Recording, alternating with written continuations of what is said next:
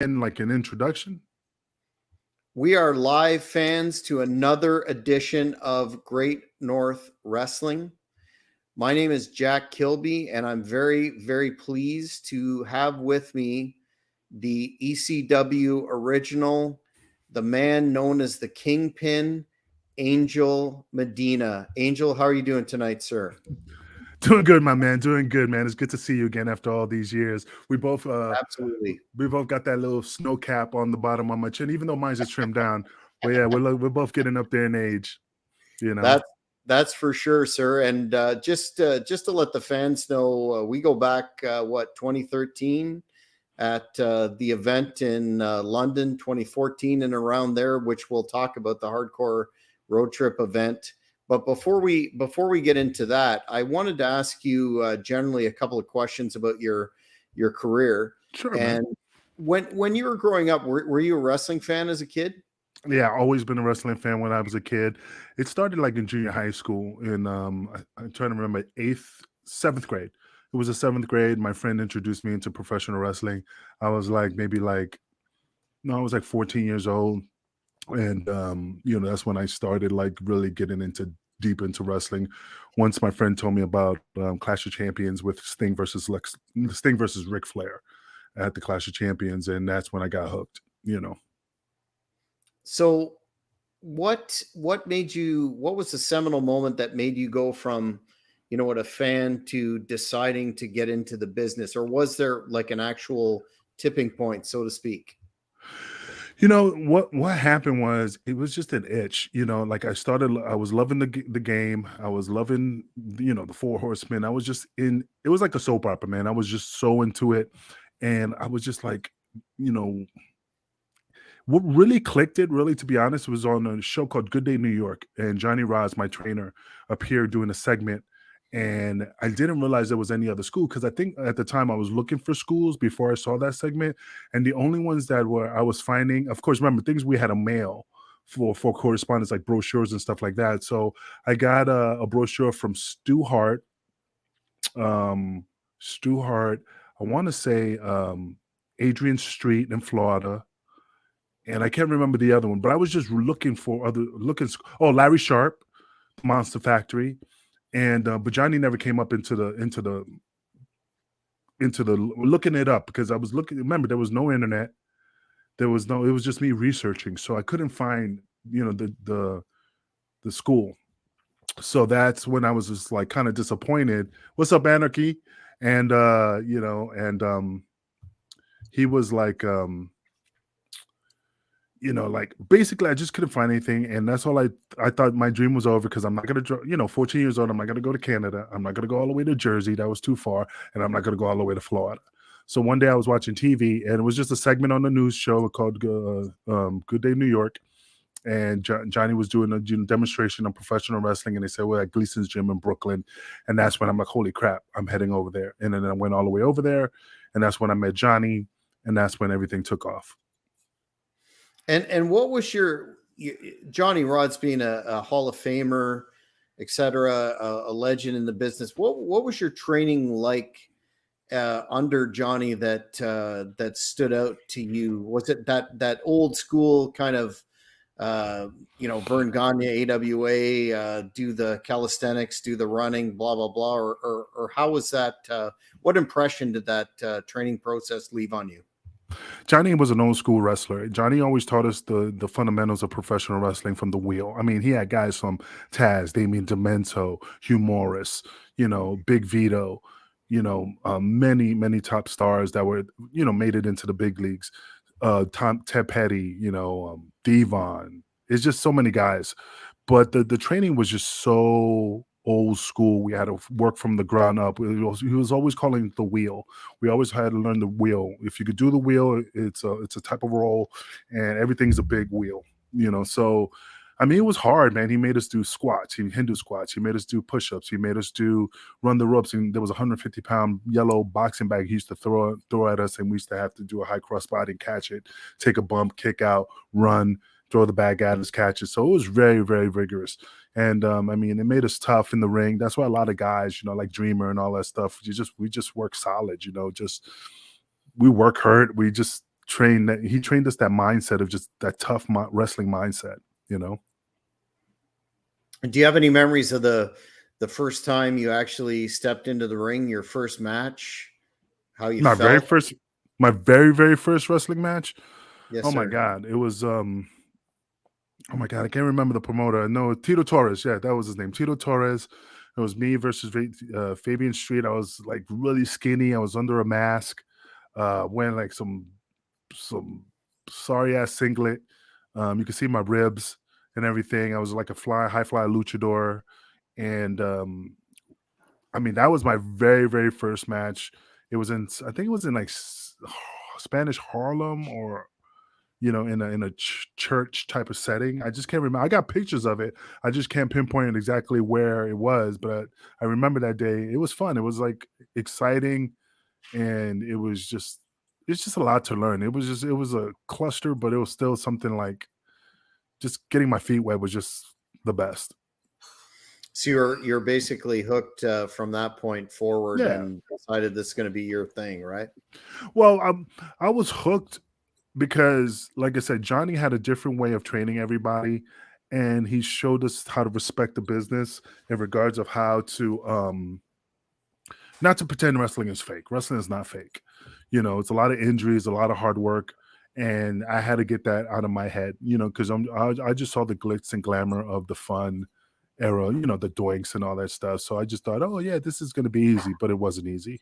There's a form. It's a lot of work. And a lot of cardio. So from there, you got bookings in Mexico and Japan, as I understand it. Can you explain how those came about and what your experience was there?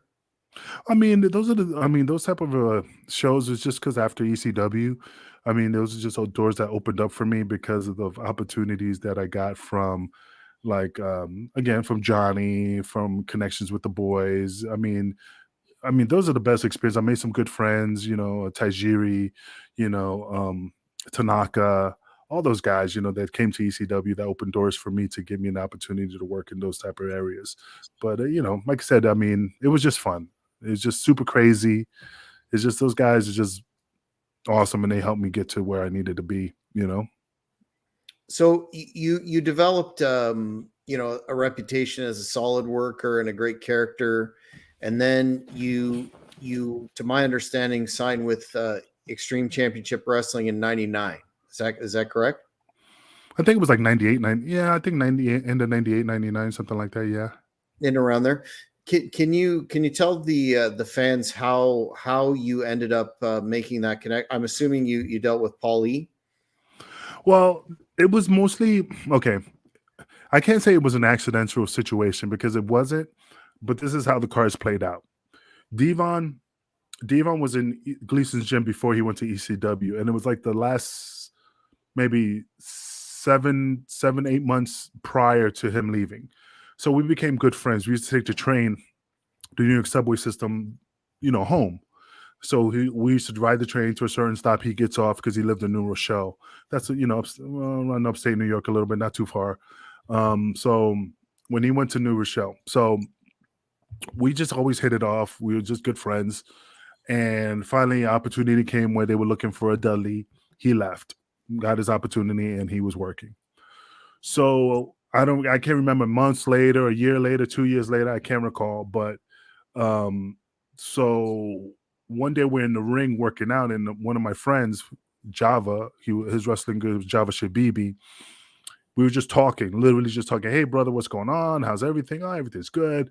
What you got planned this weekend? Man, I got to go to Philly. Philly for what? He goes, well, Devon's been inviting me down to go to Philadelphia and try out to be a referee for ECW. Wow, that's cool, man. Right on. That's awesome. Well, tell Devon I said, what's up? Bet. So let's say this was like a Tuesday. So I saw him again because Johnny used to have training like I think Monday, Tuesday, and Thursday, Friday, something like that. I can't remember. It's been so long. But so it was, let's say it was a Thursday, and I'm like, oh man, hey Java, you got man, your weekend's almost here, man. You could be heading down to Philadelphia, man. And he goes, oh brother, man, I don't know if I'll be able to make it. I said, why? Because my car broke down and I'm getting it fixed, and I don't know if I'll be able to go. I said, really, man, that's fucked up.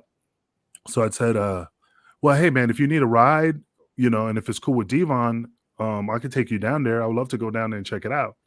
He goes, well, let me call him and see if he's cool with him. So then he called Devon, and then let's say he called me home like, hey, I spoke to Devon. He said, yeah, that's fine. You could come down, but just bring your equipment, just bring your stuff. And one of the rules in wrestling is always bring your stuff. So I said, okay, no problem. So we drove down to Philadelphia and got to the ECW arena, shook hands with everybody.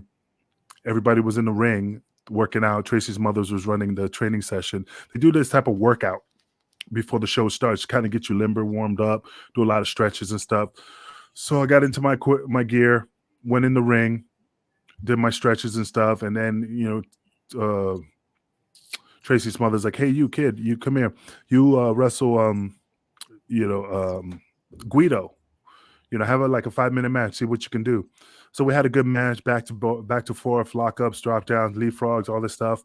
After the 5 minutes, everybody clapped, shook my hand, nothing major. Got out of the ring.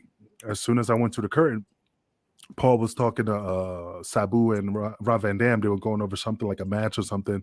He paused for a minute, told me to, hey kid, come here. I was watching what I saw in the ring. I like what I saw. Do me a favor, stick around. I said, stick around. He goes, yeah, just stick around. And that was it. That was the end of the conversation. So then I went to Devon. Devon, I don't understand. Paul just told me he liked what he saw, but just stick around. He goes, Angel, if Paul tells you to stick around, just stick around. Yeah, but Devon, I don't understand. He goes, Angel, if he says stick around, just trust me, stick around. So I just kept coming to shows. I kept coming to shows. I got fired from my job. I told Devon I couldn't go back, because I need to get the job. So he said, hey, you know what? I got your job on Ring Crew, just to put some money in your pocket. So I did Ring Crew, and it was me, Tony DeVito, Bill Wiles. We all did that. And then after that, it just took off. So it was just constant showing my face, showing my passion, showing my dedication. And then, it paid off at the end. So that's how I got in, because of Devon. That's how a lot of guys get in through somebody else, correct? Well, sometimes the philosophy is like, it's all about, I don't want to downplay it, but sometimes it's not how talented you are. It's all about networking and who you know. And I knew Devon. Devon knew I was coming from Gleason's. He knew my pedigree, and he just felt that I had the ability to not embarrass him. So he gave me the opportunity to come down. Because if he didn't, he would have not told me to come down. So if it wasn't for Devon having that faith in me, I would have not made it in it without his blessing. Absolutely. So you mentioned you had an initial interaction with Paulie. What were your initial dealings with him following that encounter, and your impressions of Paulie in terms of a lot of the boys talk about how he was somewhat slippery or deceptive. Was he straight up with you, or how did you find him initially, and did that change at the end of ECW? Well, I always loved Paul. Like I said, Paul gave me an opportunity that nobody ever gave me. Excuse me. But he was just I don't know, it's hard to describe him, man. He was just like I can't say slick, he was like almost like a politician, he was able to convince you. He was not trying to be malice and stuff, but he was a worker, and he was able to convince a lot of the boys, including myself, that, to have faith in him, which I did, like I said, I don't hold no ill will for Paul. Yeah, he owes us money. Yeah, the company went bankrupt. We give him shit about it. Was I upset when it folded? Yeah, I was hurt. But Paul was the type of guy that one, what? A perfect example that Bubba told me. He goes, Angel, if you ever watch The Devil's Advocate with Al Pacino, that is Paul Heyman. So if you watch that movie and see how Al Pacino talks to Keanu Reeves in that whole movie, you can see that's Paul Heyman.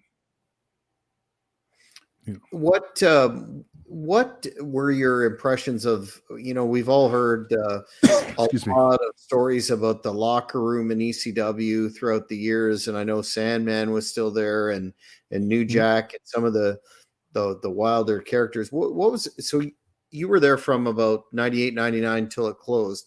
Was that locker room as wild and crazy as everybody said, or was it a little more sedated, given the fact that the company was already in some uh, financial issues? I don't know. I mean, yeah, they were wild, man, but they were my brothers. I mean, they always had my back. I always had theirs. I love them all, from the dead ones to the live ones. C.W. Anderson. Chris Chetty, Danny Doran, Roadkill. I mean, everybody in that locker room I had no problems with. We were just a family. We had a good time. Yeah, there was wild stuff that I saw and there was a lot of gimmicks flying around and stuff. But if you scrape that to the side, everybody was a bunch of good guys. Everybody had their vices, everybody had their issues. But at the end of the day, I mean, it was a different type of environment where we were just brothers, and sisters. Um, I mean, I just always had a good time with them, and I knew that they always had my back and they always looked out for me. So I mean, Francine, she was awesome. Like I said, I had nothing negative about nobody. Even when we had arguments, it was just like brothers fighting. We've all seen Paul Heyman's rousing speech from Beyond the Mat. That film, was it? Did you still have that kind of this is us versus them type of thing, and Oh this is fuck our yeah! opportunity to make it? And was that camaraderie really strong still then? Oh fuck yeah! Paul can make fucking like people rise from the grave. That's how fucking motivational he was. I mean, he had the verbiage to just make people move. Convince people that things were going to be okay. I mean, it was just like like Leonidas, Sparta. What is your profession? I mean, it was just like that, man. He just had that charismatic ability to convince the boys that everything was going to be all right. Even though you had that itch, he just made you feel like, man, he ain't going to let us down. So he was charismatic, and like I said, yeah, there's the negatives, but like I said, if it wasn't for Paul, I would have never been what been where I'm at. Um, I made a bunch of good memories. I made a bunch of good friends. I got an opportunity that Vince would have never gave me. And as I feel, I mean, I don't know for sure, but I just feel that Paul was the one that looked at the House of Misfits toys. We were the ones that nobody wanted, and he saw talent in everybody. Yeah, and to his credit and your credit, how many years later are we still talking about ECW? And despite WWE's attempt to dilute or whatever you want to call it, there's still such an ardent hardcore fan base, myself included, that loves ECW. Well, and that's the thing, man. I mean, regardless of what it says, until the day I die, hopefully in no time soon, but I will always be a part of an original product that is always going to hold the test of time, no matter what they say, no matter what happens. ECW will, as far as I can tell, could live forever. Absolutely. We have a fan question here that you can answer at your discretion or leisure. But Colton Grundy wants to know, what is your craziest ring rat story? And being an ECW original, we've all heard those sort of questions. There's so many of them, so I'm just trying to get to the best one. So let me think. Bear with me. Let me just go through my database. All So I'm good. just trying to think of a good one. All good, man. Um, I do remember one time. It was it's just so fucking funny. But I used to always get my room away from the boys because when the party starts, man, it just like it goes from one room to the other. A ball crawl. That old philosophy. So if the boys were on the second floor, I say, hey, give me the room on the third floor to the north side of the building. And so I always had that issue. So one day I got a phone call and was like, hey man, you got to come down here. And I'm like, what? Bro, you won't believe it. You got to come down here. Come to room 209, let's just say. So I'm like, all right, man. So I go down there and I go to the room and I open the door and I see like this guy like pinned up against the wall in a wheelchair. And the guy, you could tell he has one of those like he's crippled from the waist down, has the seatbelt gimmick on the wheelchair, but and his brakes, they had his brakes on his wheelchair, and the bed pinned him against the thing. Bottom line was that it was balls fucking his wife, and the guy was like, they did some coke, and I guess he got permission from the guy, like, hey man, if you give me some coke, I'll let you fuck my wife. But his emotions got the best of him because I guess how much blow he did, I don't know. And the guy was just literally crying, reaching across the bed with his hands. Oh, my wife, my wife. It was like, oh my God. I was like, oh my God, this is a crime and happening. Meaning, I mean, if there was thank God there was never, ever, ever video cameras at the time. Because the things that we would have done back in days, it was, I mean, you know what I'm saying, man. That's evidence, man. That's it's just, thank God these are just stories, and I say it could never happen, but it's just weird, man. Thank God they never had cameras back then, because we'd all been locked up for some stupid shit, guilt by association or something. But like I said, there's so many rat stories, so many things that I'm like, I can't believe I saw that. Was that a horse? Like stuff like that. Was that at the Travel Lodge, or do I have The the cylinder location? of with the cylinder of terror. No, it was before that, was before my time, or the cylinder of doom, Okay. whatever they called it. Yeah. That happened, I want to say in Virginia, but I can't recall. Like everything's like a blur sometimes, because we've been to so many towns, and that's the only thing that is just like, whew, man, I can't remember everything, but I just remember the moments. Gotcha. Yeah. One of the feuds that in my mind when I saw it stood out from your ECW tenure was with the late great Jerome Young, New Jack. Yeah, Jack. And RIP. But I wanted to ask you about working with him, and especially that high profile match you had in 2000. Was that guilty as charged for the King of the Streets moniker, or any other matches that you had with New Jack that stand out in your mind? Man, I love Jack. Jack was an awesome dude. I mean, he got a bum rap for a lot of the things that he's done. But we always clicked. I just did what I was told. I worked, and we had a good relationship. I've done anything for the guy. Those matches were just memorable. It was him that gave me the opportunity to even put his shoulders down at the 1, 2, 3. I mean, he was always giving. He was always risking his body for me. I never ever got hurt. Yeah, little nips and scrapes and stuff. I mean, that was part of the job.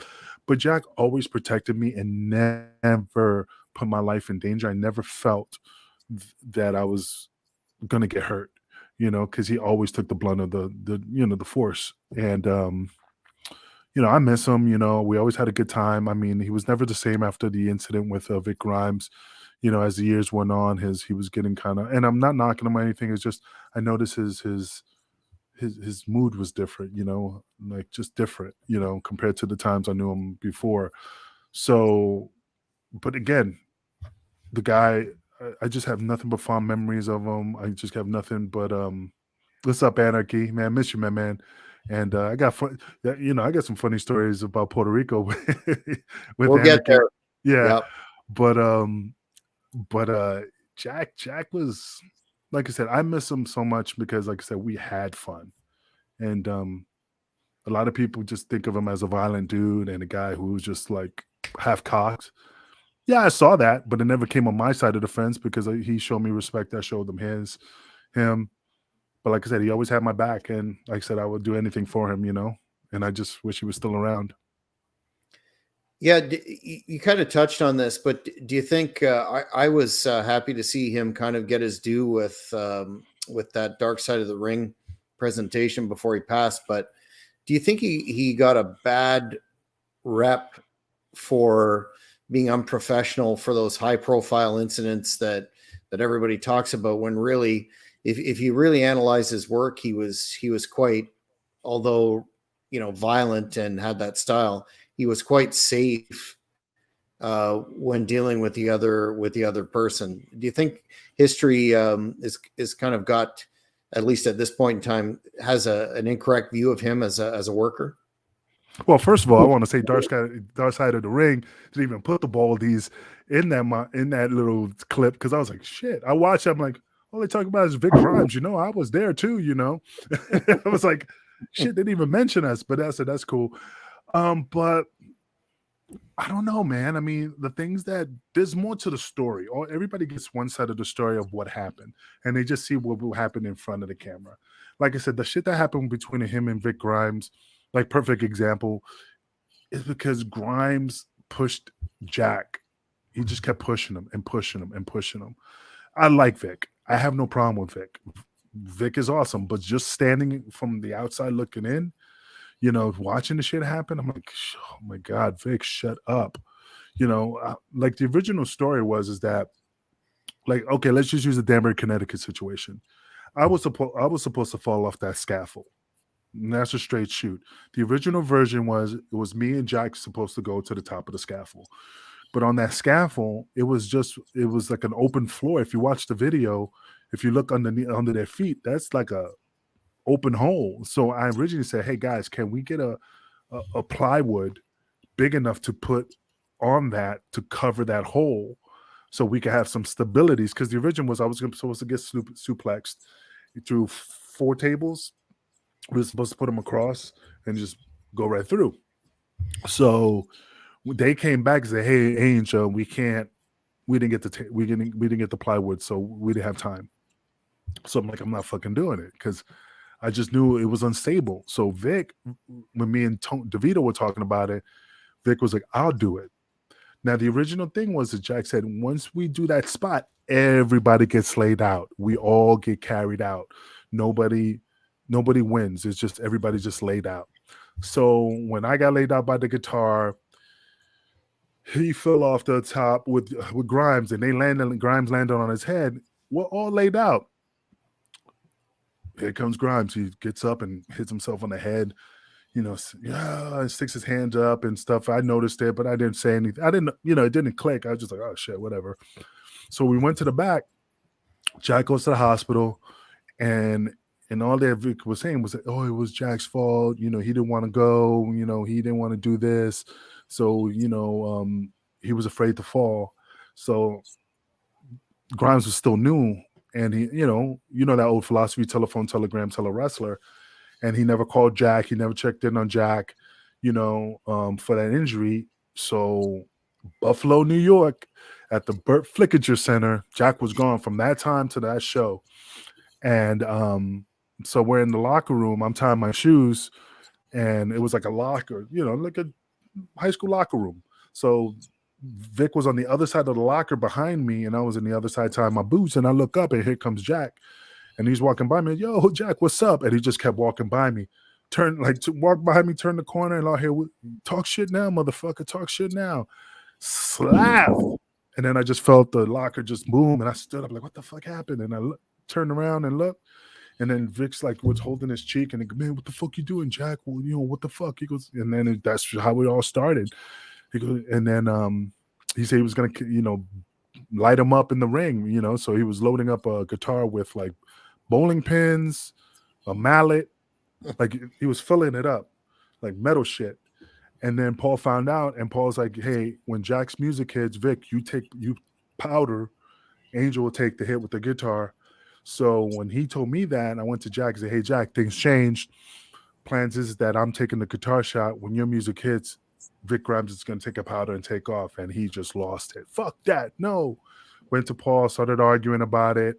And he comes back. Paul was adamant, like, hey, we're done. This is the deal. Angel's taking the guitar. So Jack comes back to me. He goes, and he's just cursing up a storm. And he's like, motherfucker, this is bullshit. And I'm like, Jack, yeah, but yeah, man, fuck that motherfucker. I'm gonna get him. Yeah, Jack, but can you do me a favor? Yeah, motherfucker. And Jack, hey, can you do me a favor? What? Can you take all that shit out of the guitar? Because I'm gonna get hit with it. He goes, oh, don't worry, I got you. But but even though he hit me, he took all that shit out. He taped the guitar with an electrical tape so tight that even when he hit me with the guitar didn't give. So it was still like getting hit with like a, big piece of wood. But again, like I said, that situation, and again, I'm not trying to pass blame, but Grimes always dug himself in a deep hole. And I mean, that's why there's always a story behind what you see on TV.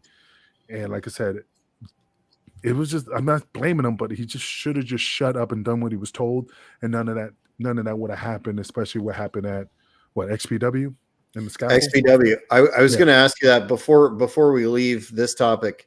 That's got to be the most horrific. I know a lot of people point to Foley Undertaker at King of the Ring when Foley got chucked off the top of the cage, but that bump in XPW in California where Jack threw him off the scaffold and he came within inches of missing the one table that Grimes hit. That's got to be the most horrific bump in wrestling history. Did you talk to Jack in and around the time when he had his XPW run with Grimes, or did you afterwards when you heard about it, were you surprised? Probably not. It was just a receipt. First of all, I was shocked that that Grimes even considered doing that match, because knowing that there would be a slight hint of just something, you know what I mean? Like that little itch behind the ear. When I spoke to Jack, like, I don't know how long ago after that incident, I said, Jack, man, you fucking, he goes, I said, Jack, you almost killed him. Almost. I tried to. Fuck that motherfucker. I said, he goes, yeah, man, I fucking like pretended like we were cool. Every water was under the bridge and shit. Man, I tased the shit out of him. And he kept saying, Jack, I can't breathe. I can't feel my legs. And I just kept tasing the shit out of that motherfucker. And I threw that motherfucker off. And I'm like, that's cold-blooded shit, Jack. but hey, man, I totally understand. I mean, but that's how Jack was, man. He'll do anything for you, man. But once you get in crosshairs with him, it's on. But like I said, I never had an issue with him like that, and that's why seeing him do that to people, and then like people go, man, I can't believe you wrestled New Jack. That guy is crazy. He is, because I never had an issue. Everything was smooth like butter, smooth like a bottle of whiskey. Just everything went fine. I never had any issues. Maybe the key was be professional, get professional behavior back. We have a fan question again asking from Colton Grundy. Did you have a personal beef with the franchise Shane Douglas? Nah, me never had no beef with the Shane Douglas. Why you say that? You sure it's not the Angel? There's the Angel in XPW that probably had beef with him. I don't know for sure, but me and Shane, I respect Shane to the fullest, man. We always had a great cordial conversation. Always respected the man. I mean, I'm a huge fan of his before I even got into business, so I never talk ill will about him. Never had any crosshairs with him either. Okay, well, you formed you touched on the tag team with Tony DeVito, and you had some pretty memorable matches with several opponents, including Chetty and Nova and Balls and Chili Willy. How did that whole stable, the larger Baldy stable, come about? And do you have any highlights from that, given that those two feuds or any other? You say like how the Baldies originally started? Yeah. It originally started in Michigan. We were in Michigan. And we got called into, not called into the locker room. We just got like called over by Tommy, and Tommy told us that, hey, we're gonna try this something new. We're gonna put Rob Price. I'm just closing my eyes. Rob Price, PN News. Besides Dutch. So, but I'll tell you that story later if you want to know about it. But for sure. Yeah, PN News, and we were gonna do something, and we attacked we attacked Spike Dudley, and Jack came out, and we did this schmaz, and that's how the Baldies took off. At the time, Paul told us they were just starting this idea of this group called the Baldies, this Bronx street gang that, you ever saw The Wanderers? He said then it was a movie called The Wanderers, and in that movie it's called the Fordham Baldies, and then so that's how we got the faction got put together. And then little by little, certain people just started fading away, like Rob Price, awesome dude, PN News, great guy. It was just things didn't pan out, and I don't know why they disappeared, but then it just kept leaving me, Vito, and DeVito, and then Vito got called up to WCW, and then it was just me and Tony. And then Vic Grimes came in. So when ECW closed, were you surprised, like some of the other workers that that have gone on the record as saying they knew something wasn't exactly right, but they were told that Paul E was trying to get another TV deal because the Nashville network sucked so badly. And clearly, if you look back on that, they really should never have picked up ECW as a property because they never did right by it. Were you surprised that happened? Were you under the impression that Paulie was shopping ECW to other networks in California when he was really on that roll call movie? And what were your thoughts when it finally did close? Brother, okay, let's put it in this analogy. You know when you think your wife is cheating on you, but you can't fucking put your finger on it, but you still can't fucking call her out? That's the thing. You still gave her the benefit of the doubt, but you still had that itch. No matter what was going on, we still had faith in Paul, and we just couldn't pinpoint, put our nose on it to say, hey, this is it. It's over. We just still had enough faith that he was not going to let us down. He kept saying he had some deals going on. He said that he was not going to let us fail, that, it was just something that we just still had faith, and we did one last show in Buffalo, and I mean Paul even fucking like hey man, I'm going to WWE. I'm not leaving there until I get a deal, some stupid shit like that. And when we saw him getting on the plane, and because it was a Saturday, he had appeared on Monday Night Raw, and no, I think he said he was going to California. That's what it was. He was going to California to negotiate a deal. He's not going to leave there until a deal is met, and that's when we saw him on Raw. So my mistake. So that's when we were like, that's when you fucking go to the restaurant and you see your wife sitting at the table with another man, knowing that she was supposed to be at her sister's making fucking cupcakes for the kids for the fucking for the soccer practice. So I was just like, fuck, man. And how did I feel betrayed? How did I feel? Oh my God, I got no job. What the fuck am I going to do? What am I going to do? I mean, I'm single. I didn't have a wife. I didn't have kids. So I didn't have nothing to worry about. But still, when you lose your money, you freak out, especially after WCW closed, especially after, all the things that were happening, that it was just flooded with talent, that you were just like, fuck, there's not going to be an opportunity. There was no ROH. There was no fucking AEW, NWA. There was nothing else but in the independents. And yeah, me and DeVito did independent shows. We were making good money, but of course that well was going to run dry, eventually. So that was the only thing. And that's how I ended up in Puerto Rico. And I would have stayed there if things didn't go sour down there. Okay, so that's great. I wanted to ask you about your run down in Puerto Rico, where you won the Hardcore Championship a number of times, and we've had this conversation. There you 7 go. times, baby. Fuck Booker T. There you go. Let's get let's get it straight. So we've had this conversation before about your run there, although successful in many ways. You had not a very positive experience dealing with Dutch Mantel, who was the booker. Could you go into your Puerto Rico experience in that global perspective? Man, I had the best time in Puerto Rico. I loved it in Puerto Rico. I mean, I'm Puerto Rican. That's my home. That's my country. But, like I said, Anarchy, Aces, always had a good time. He always took care of me, always had my back. He was a good kid. It's just funny because I laughed because the first time I met him, he lived in a closet because we were sharing a condominium with Dutch. And and then I go and Lobo was in the room and he goes, hey, this is going to be your room. And I'm like, oh, I can't remember how Anarchy lived in the closet. It was like a single bed and a walk-in closet and a small TV. And I'm like, nah, dude, you don't really live in there. He goes, yeah, I sleep in here. I'm like, in a fucking closet? Like R. Kelly? So I was like, I mean, but again, it was fun. I mean, I had some great matches and, but the heat that caused it on, Anarchy, I'm not putting you on blast, but the truth was, and he better remember this story, he brought a girl over and he went in the room with this girl. And I was watching tapes before DVD and stuff. I was watching my matches on tape. And Dutch came in and said, hey, have you seen Anarchy? And I said, and I knew where he was. And I'm like, no.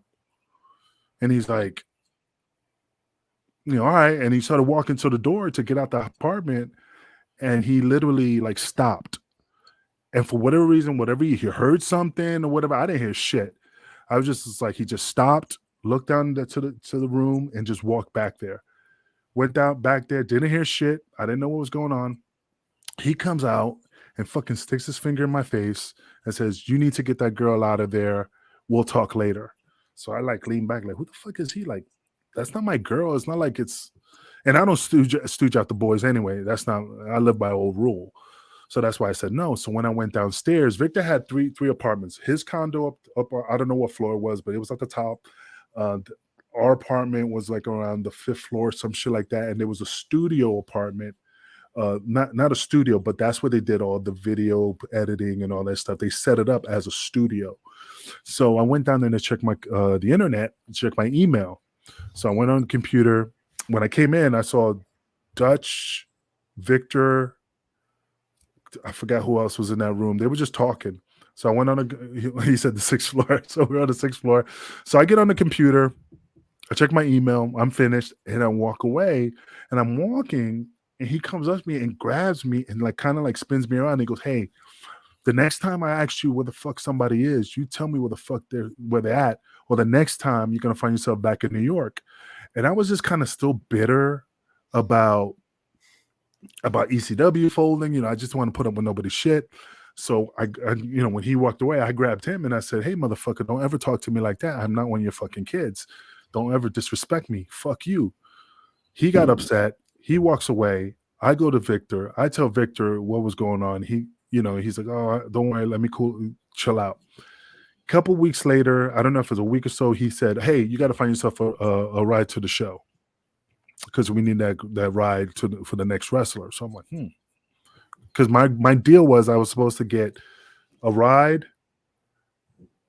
I was supposed to get a ride, and I got free room and board.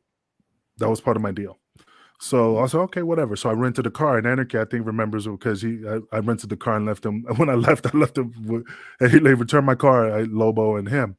So then a couple weeks later, he was, "Hey, you got to find yourself a place to stay because we have somebody coming from Canada."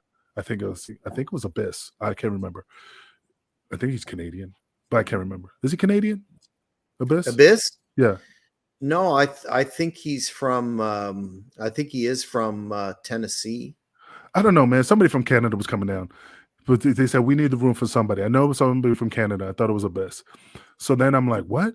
And he goes, "Yeah, we need somebody." And right there, I just said, "You know what? Fuck this." So I just said, I booked my flight for September 17th. I booked that September 17th, 2001. And then, and I'm like, I'm fucking out, man. I'm fucking out of here. I just already had it set in my mind. Fuck Dutch, kiss my ass. And, oh, okay. He remembers. So then, what happened? So the towers fell, because I remember I came out the room and everybody was watching TV. I'm like, holy shit. But anyway, and I just left, man. And then the guys called me, "Hey, you coming back?" Fuck no. And then I got heat for it. So then Dutch became the booker in TNA. What happened was Homicide. This is how the cards played out. Homicide called me months ago before, and he was like, "Hey, man, I got this idea of starting a new group called LAX, and I want you to be a part of it. I want you to be the main guy with me." And I'm like, "Really?" He goes, "Yeah, but Savio and Dutch is here. They're booking it. I need you to talk to Terry Taylor." So I talked to Terry Taylor and Devon, and they were like, and then when it was between me and Hernandez, and they were like, Dutch is like, "Nah, fuck that. I don't want him. Fuck him." Whatever the deal was, he no showed. Whatever the bullshit is. So then Devon's like, "Hey man, I don't know what kind of heat you got with him, but he's sticking to his guns. He doesn't want you here." So then I'm like, "All right, whatever." And that's how it played out. I mean, nothing against the Hernandez, great athlete, but you know how the cards play, man. Just that roll of the dice, that flip of the coin, and history changed, and that's what happened. So, that's why I can't stand the guy. I have no heat with nobody, but I swear to God, if I ever, and I mean ever, see that motherfucker from Tennessee to the fucking mountains of fucking Canada, I will fucking jump across that table and choke the shit out of him. I don't care if I be arrested by the Mountie. I don't give a fuck. It's gonna be on, man, because that dude thinks he can walk all over people and disrespect them. And then they're like, well, I got heat. How the fuck do I have heat if he disrespected me? It's not like I approached him. He came after me and stuck his fingers in my face and think that just because he has years of on in the business that I respect, but just because he has the years in the business doesn't give him the right to talk to me like I'm fucking some type of slave. That happened too long, way past my time that we got our freedom. So he could go fuck himself. I hope his mustache falls off. And like I said, if we ever cross paths, I'm busting his ass. I'll do a Well, new it job. it sounds like you certainly have the certainly have the justification. Fast forward a number of years where we first met, and I think this is an area of wrestling history that isn't well documented at all. None of the players have ever talked about it, to my knowledge. But the Canadian promotion known as Hardcore Road Trip, which had a show in, I'll just show the fans this poster, had a double show in 2013 with a number of ex ECW luminaries, loaded show. Some on the poster showed up, some didn't, but it was still a really heavily stacked and booked show. You ended up winning the inaugural Hardcore Road Trip belt. Which, do you have that there, man? Oh, wait, it's so heavy. Yeah, it's fucking heavy as fuck. But yep, I still got it, baby. There you go. A very, very attractive belt. I love it. And I was involved in that promotion as the head of security for the promoter. And the first show did really well in London. It was sold out. There were a number of big names there. Then the next year, you were headlining the card to defend the title against, I believe it was Rhino, and Devon. And Devon. And Devon, well, how about we skip getting into the first year and go to the second one and walk us through that process when you were booked for the second show, the title defenses, and then we'll get into what went wrong in a bit from there. Well, I mean, like I said, it's kind of difficult because, like I said, not difficult to talk about, just difficult to understand what went wrong. Because when I got there, everything was gravy. I mean, he picked me up from the airport. I love coming to Canada. I can't even talk, enough about Canada because I said I met great people, awesome folks. Things that confused me, like, why is this bottle of ketchup not in English? Like I was like I was like a kid, like, what? Hey, can I get some Canadian bacon? They were like, what? You mean what's it called? Pea meal? Pea meal. I'm like, they were like, hey, what's this shit? They were like, oh, that's like your version of Canadian bacon. Oh, okay. It was like a whole new world, And Yes. Like I said, I love coming down there, and I was just so excited to be there. And he picked me up from the airport, and everybody warned me about him, but he never. It was another like a little bit like a little Paul Heyman situation. Like he never done nothing wrong yet. Everybody's not giving the guy the opportunity to make it right because they said he had a different promotion way back then that he kind of screwed the boys over. So, but again, this is what everybody else told me. So I'm like, all right, well, the first show went great. I got paid. It was awesome. I had a great time. And then the second show, like I say, picked me up in the airport, took me to the hotel over there by over there in London, Ontario, right next. All I remember is the Boston Pizza right next door. It was, what was it, the Holiday Inn or the Best Western or whatever it was. And I think it was the Best Western, yeah. Yeah, like I said, it was great.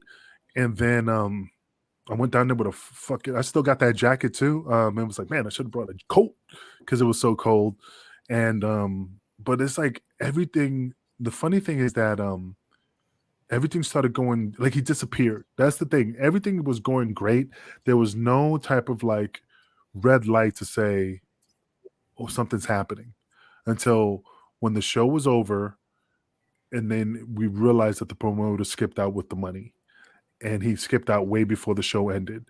And Steve DeAngelis, who I give him all the credit in the world, he was nervous because he vouched for the guy. He brought us down there, and I could see he was upset because he didn't know how everybody was gonna, like it's just like you're looking for somebody to blame, and he was the only one there, and everybody was gonna turn to him, and He was just booking, right?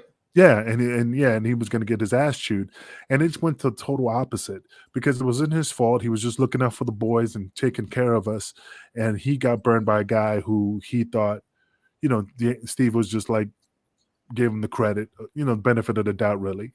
So when he realized that we weren't going to turn on him, which we weren't, like I said, with nothing, I love that guy to death. And like I said, he looked out for our bench. He wanted us to get some work. He wanted to make something happen so we can continue to support our families. And that dude just skipped out. So, I mean, at the end of the show, everything went great. I mean,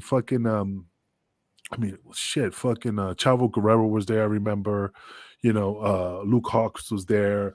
Myself, I mean, everybody. I know Rhino left, got paid, and I guess jumped on the next flight, so he didn't know what was going on, so he was okay. But what was the nerve wracking part was like, yo, how the fuck we're gonna get to the airport? And what I said again about the Canadian fans, the fucking fans said, hey, we give you all the lift to the airport. So, we stayed at a hotel and everybody was taken care of. Because, being stranded, not saying we're in like a foreign country and Canada's the cousin up north, but still, I mean, you know what I mean? Like if let's say you down in Texas and you came from Canada and you went to Texas, you're going to be like, fuck, I'm in Texas. To get back to Canada, you start like thinking like, how the fuck am I gonna get back? How am I gonna get to the airport? A lot of things go to your mind, and again, it's not a panic mode. We're grown ass men, we'll figure it out. But when you put your whole everything in the basket for one situation, thinking everything's taken care of, and then like, yo, these plane tickets still good to head back? What if he only booked one way, which wasn't I always check that, but still those things run to your mind. Are those tickets still good?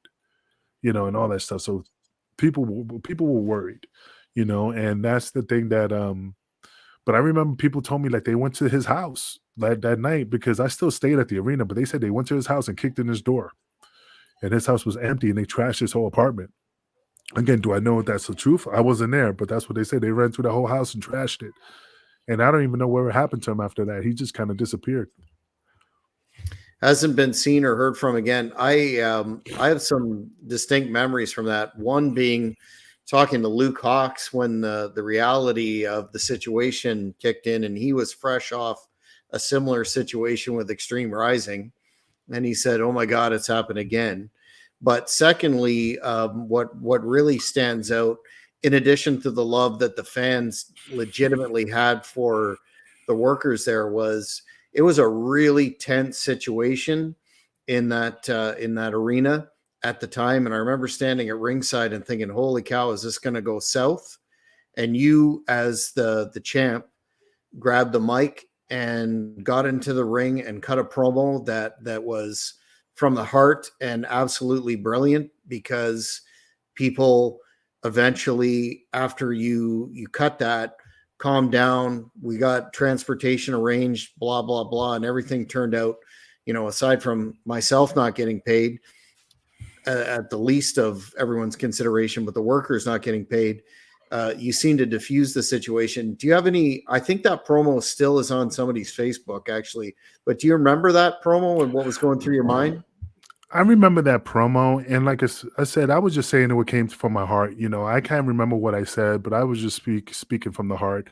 Like I said, I mean, I speak so I can never talk bad about Canada, and I'm not buttering nobody up. But like I said, I never seen any fans, and I'm not saying it wouldn't happen in America, but at that moment, at that specific time, the fans took us and embraced us and took care of us. And that's the thing I always hold dear, that these fans knew that we were in a situation. We gave them a hell of a show.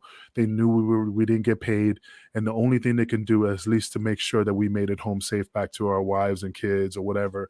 And that's why I always hold you guys up, to a high standard, and again, I still can't read the bottle of ketchup, but still, it's just like I said, I always talk great about Canada. I mean, it's just like I said, I consider it my second home, even though I don't know if they consider me part of you guys, but I just always speak. You guys always treated me right, and like I said, I can never talk bad about the Canadian fans. Like I said, they always, to my dying day, I could always talk high, good, positive stuff about where I came, from that time. And it wasn't a total loss, because I'm going to shout out my friend Al Matt, who was with me. We went to Boston Pizza afterwards Oh and yeah. salvaged it as best we could. Oh yeah, we ate some good. I'd like to say good food, good conversation, made some good friends. I mean, there was not a lot of negative. That was just the only hiccup.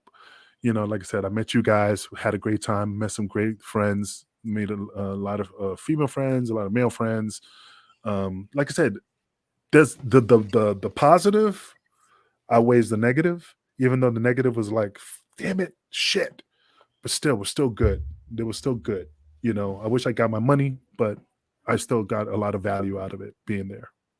And it's sad that, as you pointed out in an interview with Slam Wrestling afterwards, that we really had an opportunity there to make a London, Ontario, a good little center for pro wrestling in Canada. But unfortunately, this is the business sometimes. But before I go into what's next for Angel Medina, I wanted to comment. I was a fan of your podcast, Wrestling with Tragedy, and just wanted to know how that came together for you and how you found the podcasting experience in general. Well, I love the podcasting experience. Of course, wrestling and tragedy kind of fell to the wayside due to the fact of certain things happening that I just had to cancel it. Um, but again, it just came about because of my love for podcasting, and I knew there was a lot of thanks, man, appreciate it. But I just had a passion, and I knew there was a lot of stories in regards about a lot of tragic events, almost like a dark side of the ring. And we got picked up by Vince Russo, which we had a great opportunity with Vince. But again, it's just the situation with certain individuals in the group. Just things were going sour and was causing some issues that we didn't want any more bad blood. So it's just better to cut ties. So eventually, I'm going to restart my podcast again. I don't know if it's Wrestling with Tragedy, it might be something else, but I'm just trying to get things going and get a new co-host, and because I don't like doing shows by myself. I'm not a, I kind of roll off the punches, cracking jokes and shit. It's kind of hard to like do it by yourself and stuff. So eventually, I'll come back and do podcasting again. I'm just trying to find the right topic, the right show, and the right partner to make it fun, not just a job, you know. So Absolutely. So we've just ripped through this hour, but I wanted to ask you, what's next for you in terms of the pro wrestling business? Are you still working, and would you be opposed to? I think I mentioned that Great North Wrestling is restarting in 2023, and it would be an honor, man, if you're still interested or working to consider coming up again to be on a couple of cards. Are you still doing indies? What's happening in that respect? well, like I told you before, I'm really picky. I'm 50, I'll be 51 in February, and I'm just picky. I'm not always jumping on every type of show just for shits and giggles. Like I told you before, I'm not Randy the Ram. I don't need it. But for me to do shows, like I said, I would love to come to Canada. I would love to do shows for you guys. That's not a problem. All you have to do is ask. I'd be happy to come up there and don't pay me with that funny maple syrup money. But but but that's it really, man. I mean, like I said, I'm just really picky, and I do it more for friends or me being with the ECW boys. Love being with them. But if it's just a local guy that's just like, hey man, we're running a show, and I'm just like, uh, I don't know. Let me think about it. It's just because, like I said, packing my bags, driving to a show with guys that don't care about the business sometimes, it just kind of like puts a sting in my jaw, makes my jaw tight. So sometimes I just rather just stay home. But yeah, I'd be happy to come back to Canada, and stuff. And up the great up north. What was that show? Remember that show, Strange Brew? Ooh, ooh, ooh, ooh, ooh. What? McKenzie brothers. The McKenzie brothers, Yeah, eh? we're showing our age now, brother. Yeah, they were in Brother Bear, right? You ever saw Brother Yes, Bear? The two yes, mooses that act like the McKenzie brothers. I love that yes. fucking cartoon. I love Strange Brew. You know, have a beer, eh? Well, our beer, with all due respect to the American beer, our beer is still quite a bit stronger. So there may be something to that. Where can we find you on social media, Angel? You can find me on Facebook. You can find me on a.medina262 on Facebook and Instagram. I'm easily found. I don't hide from it. I just don't really post a lot of stuff. I stay very, very low, especially with this cancel culture and especially how Facebook kind of moderates everything you do. So I just kind of stay away from a lot of the BS. But I mean, I'm always watching. I'm like the watcher, man, from like Marvel, man. I'm just watching.